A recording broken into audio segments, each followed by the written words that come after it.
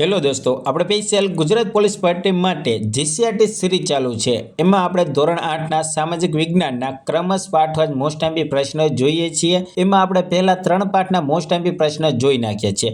તે પ્રશ્નો ખૂબ જ મહત્વના છે. જો તે પ્રશ્નો તમે ના જોઈએ તો જોઈ નાખજો, તે તમને પ્લેલિસ્ટમાં મળી જશે. અને અત્યારે દોસ્તો આપણે સામાજિક વિજ્ઞાનના ચોથા પાઠના મોસ્ટ એમપી 40 પ્રશ્નો જોવાના છીએ. અને દોસ્તો ચોથા પાઠનું નામ છે અંગ્રેજ સમયના શહેરો, ગૃહ ઉદ્યોગો અને ઉદ્યોગો. દોસ્તો આપણે 40 મોસ્ટ એમપી પ્રશ્નો જોઈશું એટલે આપણે ચોથા પાઠના બધા જ એમપી પ્રશ્નો આપણે જોઈ નાખશું તેમ સમજવાનું. અને દોસ્તો લાસ્ટમાં તમને આ પાઠના પ્રશ્નોમાંથી એક વિધાનવાળો સ્ટાર પ્રશ્ન એટલે કે પરીક્ષાની દ્રષ્ટિએ ખૂબ જ મહત્વનો પ્રશ્ન બનાવી દેવામાં આવશે, એટલે લાસ્ટ સુધી બની રહેજો. તો ચાલો દોસ્તો શરૂ કરીએ આજના પ્રશ્નો. અને હા દોસ્તો, હજુ સુધી જો તમે અમારી ચેનલ સાથે જોડાના નથી તો જોડાઈ જજો, કેમ કે દોસ્તો આપણે વારાફરતી બધા જ પાઠ્યપુસ્તકના મોસ્ટ એમપી પ્રશ્નો જોઈએ છીએ. એટલે અમારી ચેનલ સાથે જોડાઈ જજો, એટલે કે ચેનલને સબસ્ક્રાઇબ કરી નાખજો. તો ચાલો દોસ્તો શરૂ કરીએ આજના ધોરણ 8 સામાજિક વિજ્ઞાનના ચોથા પાઠના મોસ્ટ એમપી 40 પ્રશ્નો. પ્રશ્ન 1. અંગ્રેજોના સમયમાં એકલા અમદાવાદમાં કાપડની મિલો કેટલી હતી? તો દોસ્તો આનો આન્સર આવશે ઓપ્શન એ 106 જેટલી. અંગ્રેજોના સમયમાં એકલા અમદાવાદમાં કાપડની મિલો 106 જેટલી હતી. પ્રશ્ન 2. ભારતની આર્થિક સમૃદ્ધિ ક્યાં સુધી યથાવત રહી હતી? તો દોસ્તો આન્સર આવશે ઓપ્શન એ 18મી સદી સુધી. ભારતની આર્થિક સમૃદ્ધિ 18મી સદી સુધી યથાવત રહી હતી. દોસ્તો ચોથા પાઠમાં જે 40 મહત્વના પ્રશ્નો છે ને, 40 પ્રશ્નોમાંથી મારા ખ્યાલથી તમે જો સારી એવી તૈયારી કરતા હશો તો 25 જેટલા પ્રશ્નો તો તમને આવડતા જ હશે. પણ દોસ્તો જે 15 પ્રશ્નો છે ને તે જ નથી આવડતા હોતા. પણ દોસ્તો આપણે 15 પ્રશ્નો પણ યાદ રાખવાના છે, કેમ કે દોસ્તો જે બધાને આવડે છે તે આખા ગામને આવડવાના છે, જે નથી આવડવાના તે કોઈને નથી આવડતા. પણ જે નથી આવડવાના કોઈને તે આપણને આવડશે ને તો આપણે મેરિટમાં બની શકશું અને પરીક્ષામાં આપણે સારા માર્ગે પાસ થઈ શકશું. એટલે દોસ્તો ટૂંકમાં તમે સમજી ગયા શું કહેવા માંગુ છું. એટલે કે દોસ્તો તમે જો આ વિડીયોમાં બન્યા રહેશો, જે તમને પ્રશ્ન આવડે છે તેનું તો તમારે રિવિઝન થઈ જશે અને જે નથી આવડતો તે તમને યાદ રહી જશે. તો ચાલો દોસ્તો આપણે વધુ સમય નથી બગાડવાનો, બીજી વાતોમાં આપણે જોઈએ આજના પ્રશ્નો. પ્રશ્ન 3. અમદાવાદમાં ગુજરાતની સૌ પ્રથમ મિલ ક્યારે શરૂ થઈ હતી? તો દોસ્તો આન્સર આવશે ઓપ્શન એ 30 મે 1861માં. અમદાવાદમાં ગુજરાતની સૌ પ્રથમ મિલ 30 મે 1861માં શરૂ થઈ હતી. પ્રશ્ન 4. અમદાવાદમાં ગુજરાતની સૌ પ્રથમ મિલ કોણે શરૂ કરી હતી? તો દોસ્તો આન્સર આવશે ઓપ્શન સી રણછોડલાલ છોટાલાલે, એટલે કે છોટાલાલે. અમદાવાદમાં ગુજરાતની સૌ પ્રથમ મિલ રણછોડલાલ છોટાલાલે શરૂ કરી હતી. પ્રશ્ન 5. ડેલહાઉસીના સમયમાં કયા શહેરો વચ્ચે તારની શરૂઆત થઈ હતી? તો દોસ્તો આન્સર આવશે ઓપ્શન ડી કોલકાતાથી પેશાવરમાં. એટલે કે ડેલહાઉસીના સમયમાં કોલકાતાથી પેશાવર શહેરો વચ્ચે તારની વ્યવસ્થા એટલે કે શરૂઆત થઈ હતી. પ્રશ્ન 6. અંગ્રેજોએ ફોર્ટ સેન્ટ જોર્જની સ્થાપના ક્યાં કરી હતી? તો દોસ્તો આન્સર આવશે ઓપ્શન બી ચેન્નઈ પાસે. અંગ્રેજોએ ફોર્ટ સેન્ટ જોર્જની સ્થાપના ચેન્નઈ પાસે કરી હતી. પ્રશ્ન 7. આધુનિક ભારતનો નિર્માતા કોણે કહેવામાં આવે છે? તો દોસ્તો આન્સર આવશે ઓપ્શન સી ડેલહાઉસીને. આધુનિક ભારતનો નિર્માતા ડેલહાઉસીને કહેવામાં આવે છે. પ્રશ્ન 8. સુરત કયા મુગલ બાદશાહે જીત્યું હતું? તો દોસ્તો ખાસ યાદ રાખજો, આનો આન્સર આવશે ઓપ્શન બી અકબરે. સુરત અકબર એટલે કે મુગલ બાદશાહ જે અકબર હતો તેને જીત્યું હતું. પ્રશ્ન 9. મુંબઈનો પ્રાકૃતિક બંદર અને શહેર તરીકે વિકાસ કોણે કર્યો હતો? તો દોસ્તો આન્સર આવશે ઓપ્શન એ ઈસ્ટ ઇન્ડિયા કંપનીએ. મુંબઈનો પ્રાકૃતિક બંદર અને શહેર તરીકે વિકાસ ઈસ્ટ ઇન્ડિયા કંપનીએ કર્યો હતો. પ્રશ્ન 10. ભારતની પ્રથમ રેલવે ક્યાંથી ક્યાં સુધી ચાલી હતી? તો દોસ્તો આન્સર આવશે ઓપ્શન બી મુંબઈથી થાણા. મારા ખ્યાલથી તમે આ પ્રશ્ને ઘસી નાખ્યો હશે. મુંબઈથી થાણા ભારતની પ્રથમ રેલવે શરૂ થઈ હતી, યાદ રાખજો. પ્રશ્ન 11. તારની સેવા એટલે કે તાર સેવાની સાથે ભારતમાં કઈ સેવાની શરૂઆત થઈ હતી? તો દોસ્તો આન્સર આવશે ઓપ્શન બી ટપાલ સેવા. તારની સેવાની સાથે ભારતમાં ટપાલ સેવાની પણ શરૂઆત થઈ હતી. પ્રશ્ન 12. ભારતના કારીગરો કાપડને રંગવા માટે શેનો ઉપયોગ કરતા હતા? તો દોસ્તો આન્સર આવશે ઓપ્શન સી કેસુડોના ફૂલોનો. ભારતના કારીગરો કાપડને રંગવા માટે કેસુડાના ફૂલોનો ઉપયોગ કરતા હતા. પ્રશ્ન 13. ભારતના કયા પ્રાંતના પટોળા જાણીતા હતા? તો દોસ્તો આન્સર આવશે ઓપ્શન ડી પાટણના. પાટણના પટોળા, ભારતના પાટણના પટોળા જાણીતા હતા. મારા ખ્યાલથી બધા જ આ પ્રશ્ન ઘસી નાખ્યો હશે અને બધાને જ આવડતો હશે. પ્રશ્ન 14. ભારતમાં ઔદ્યોગિક ક્રાંતિની શરૂઆત સૌ પ્રથમ કયા ઉદ્યોગમાંથી થઈ એટલે કે ઉદ્યોગમાં થઈ હતી? તો દોસ્તો આન્સર આવશે ઓપ્શન બી કાપડ ઉદ્યોગમાં. ભારતમાં ઔદ્યોગિક ક્રાંતિની શરૂઆત સૌ પ્રથમ કાપડ ઉદ્યોગમાં થઈ હતી. પ્રશ્ન 15. કોના સમયગાળા દરમિયાન ભારતમાં ઘણા સુધારા થયા હતા? તો દોસ્તો આન્સર આવશે ઓપ્શન ડી ડેલહાઉસીના. દોસ્તો ડેલહાઉસીના સમયગાળા દરમિયાન ભારતમાં ઘણા બધા સુધારા થયા હતા. પ્રશ્ન 16. અંગ્રેજોના સમયમાં ક્યાંનું મલમલ જાણીતું હતું? તો દોસ્તો ખાસ યાદ રાખજો અને આન્સર આવશે ઓપ્શન એ ઢાકાનું.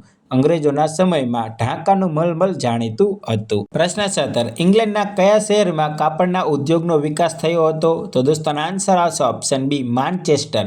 દોસ્તો ઇંગ્લેન્ડના માન્ચેસ્ટર શહેરમાં કાપડ ઉદ્યોગનો વિકાસ થયો હતો. પ્રશ્ન 18. મુગલ યુગમાં પશ્ચિમ ભારતનું મહત્વનું વાણિજ્ય કેન્દ્ર કયું હતું? એટલે કે કયું હતું? તો દોસ્તો આન્સર આવશે ઓપ્શન એ સુરત. મુગલ યુગમાં પશ્ચિમ ભારતનું મહત્વનું વાણિજ્ય કેન્દ્ર સુરત હતું. પ્રશ્ન 19. ભારતમાં લોખંડનું સૌપ્રથમ કારખાનું ક્યાં શરૂ કરવામાં આવ્યું હતું? તો દોસ્તો આન્સર આવશે ઓપ્શન ડી સાકચી જમશેદપુર ખાતે. ભારતમાં લોખંડનું સૌપ્રથમ કારખાનું સાકચી ખાતે કરવામાં આવ્યું હતું. સાકચી એટલે કે જમશેદપુર ખાતે. પ્રશ્ન 20. ભારતના માન્ચેસ્ટર તરીકે કયું શહેર ગણાય છે? તો દોસ્તો આ પણ પ્રશ્ન તમે ઘસી નાખ્યો છે. આનો આન્સર આવશે ઓપ્શન ડી અમદાવાદનું. એટલે કે અમદાવાદને ભારતના માન્ચેસ્ટર તરીકે અમદાવાદ શહેરને ગણવામાં આવે છે. પ્રશ્ન 21. નવી દિલ્હીનું નિર્માણ કોણે કરાવ્યું હતું? તો દોસ્તો હવે આનો આન્સર આવશે ઓપ્શન બી અંગ્રેજોએ. નવી દિલ્હીનું નિર્માણ અંગ્રેજોએ કરાવ્યું હતું. યાદ રાખી લેજો દોસ્તો, આવા નાના નાના પ્રશ્ન પણ આપને ક્યારેક ભૂલ ખવડાવી દેતા હોય છે. પ્રશ્ન 22. મુગલ શાસનમાં રાજધાનીનું નગર કયું હતું? તો દોસ્તો મુગલ શાસનમાં દિલ્હી જોઈને મુગલ શાસનમાં રાજધાનીનું નગર દિલ્હી હતું. પ્રશ્ન 23.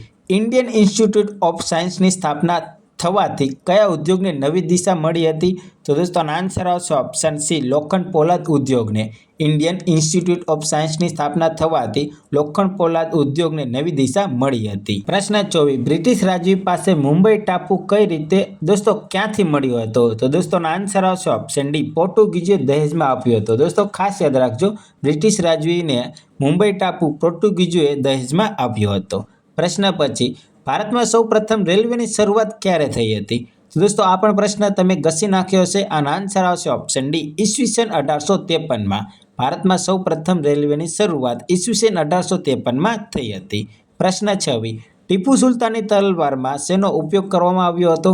તો દોસ્તો આન્સર આવશે ઓપ્શન ડી કાર્બનની અધિક માત્રાવાળા વુડ્સનો.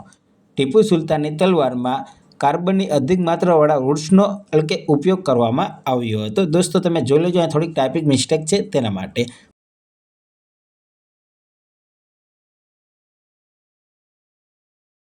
પ્રશ્ન 27. કોના આગમન બાદ ભારતમાં સ્વદેશી આંદોલનો શરૂ થયા? તો દોસ્તો આન્સર આવશે ઓપ્શન સી ગાંધીજી. દોસ્તો ગાંધીજીના આગમન બાદ ભારતમાં સ્વદેશી આંદોલનો શરૂ થયા હતા. પ્રશ્ન 28. 17મી સદીમાં અંગ્રેજોએ પ્રથમ કોઠી ક્યાં સ્થાપી હતી? તો દોસ્તો આન્સર આવશે ઓપ્શન સી સુરતમાં. 17મી સદીમાં અંગ્રેજોએ પ્રથમ કોઠી સુરતમાં સ્થાપી હતી. આ પણ પ્રશ્ન તમે ઘસી નાખ્યો હશે. પ્રશ્ન 29. ચાર્લ્સ બીજાના લગ્ન કોની સાથે થયા હતા? તો દોસ્તો યાદ રાખજો, આનો આન્સર આવશે ઓપ્શન સી પોર્ટુગીઝ રાજકુમારી સાથે. દોસ્તો જે મુંબઈ ટાપુ જે દહેજમાં આપ્યો ને તે અહીંથી આપ્યો. ચાર્લ્સ બીજાના લગ્ન પોર્ટુગીઝના રાજકુમારી સાથે થયા હતા. પ્રશ્ન 30. ટીપુ સુલતાનની તલવારની શી ખાસિયત હતી? તો કઈ ખાસિયત હતી? તો દોસ્તો આન્સર આવશે ઓપ્શન એ તે દુશ્મનના લોખંડના કવચને પણ આસાનીથી કાપી દેતી હતી. ટીપુ સુલતાનની તલવારની ખાસિયત હતી દુશ્મનના લોખંડના કવચને પણ આસાનીથી કાપી દેતી હતી, તે ખાસિયત હતી. પ્રશ્ન 31. ભારતમાં સૌપ્રથમ કાપડની મિલ ક્યાં શરૂ થઈ હતી? દોસ્તો અહીં ટાઈપિંગ મિસ્ટેક છે, યાદ રાખજો. ભારતમાં સૌપ્રથમની કાપડની મિલ ક્યાં શરૂ થઈ હતી? તો દોસ્તો મુંબઈમાં. ભારતમાં સૌપ્રથમ કાપડની મિલ મુંબઈમાં શરૂઆત થઈ હતી. પ્રશ્ન 32. નવી દિલ્હીના નિર્માણમાં કેટલા વર્ષ લાગ્યા હતા? તો દોસ્તો આન્સર આવશે ઓપ્શન એ 20 વર્ષ. નવી દિલ્હીના નિર્માણમાં 20 વર્ષ જેટલો સમય લાગ્યો હતો. પ્રશ્ન 33. અંગ્રેજોએ બંધાવેલી વસાહત ફોર્ટ વિલિયમ પાછળથી કયા શહેર તરીકે વિકાસ પામ્યું હતું? તો દોસ્તો આન્સર આવશે ઓપ્શન એ કોલકાતા. અંગ્રેજોએ બાંધેલી વસાહત ફોર્ટ વિલિયમ પાછળથી કયા શહેર તરીકે વિકાસ પામ્યું? તો કોલકાતા શહેર તરીકે વિકાસ પામ્યું હતું. પ્રશ્ન 34. ઇન્ડિયન ઇન્સ્ટિટ્યૂટ ઓફ સાયન્સની સ્થાપના ક્યાં કરવામાં આવી હતી? તો દોસ્તો આન્સર આવશે ઓપ્શન એ બેંગ્લોર ખાતે. ઇન્ડિયન ઇન્સ્ટિટ્યૂટ ઓફ સાયન્સની સ્થાપના બેંગ્લોર ખાતે કરવામાં આવી હતી. પ્રશ્ન 35. બ્રિટિશ કાળમાં સુરતનું કયું કામ પ્રખ્યાત હતું? તો દોસ્તો અહીંયા ભૂલ ના ખાતા, આનો આન્સર આવશે ઓપ્શન ડી વસ્ત્રો પરનું જરીકામ. બ્રિટિશ કાળમાં સુરતનું વસ્ત્રો પરનું જરીકામ પ્રખ્યાત હતું. પ્રશ્ન 36. ભારતની સૌ પ્રથમ કાપડ મિલ ક્યારે શરૂ થઈ હતી? તો દોસ્તો આન્સર આવશે ઓપ્શન સી ઈસવીસન 1854માં. ભારતની સૌ પ્રથમ કાપડ મિલ ઈસવીસન 1854માં શરૂઆત થઈ હતી, એટલે કે ત્યારે શરૂ થઈ હતી. પ્રશ્ન 37. નવી દિલ્હીની ડિઝાઇનની કામગીરી કોને સોંપવામાં આવી હતી? તો દોસ્તો યાદ રાખજો, આનો આન્સર આવશે ઓપ્શન સી, એડવર્ડ લુટિયન્સ અને હર્બર્ટ બેકરને.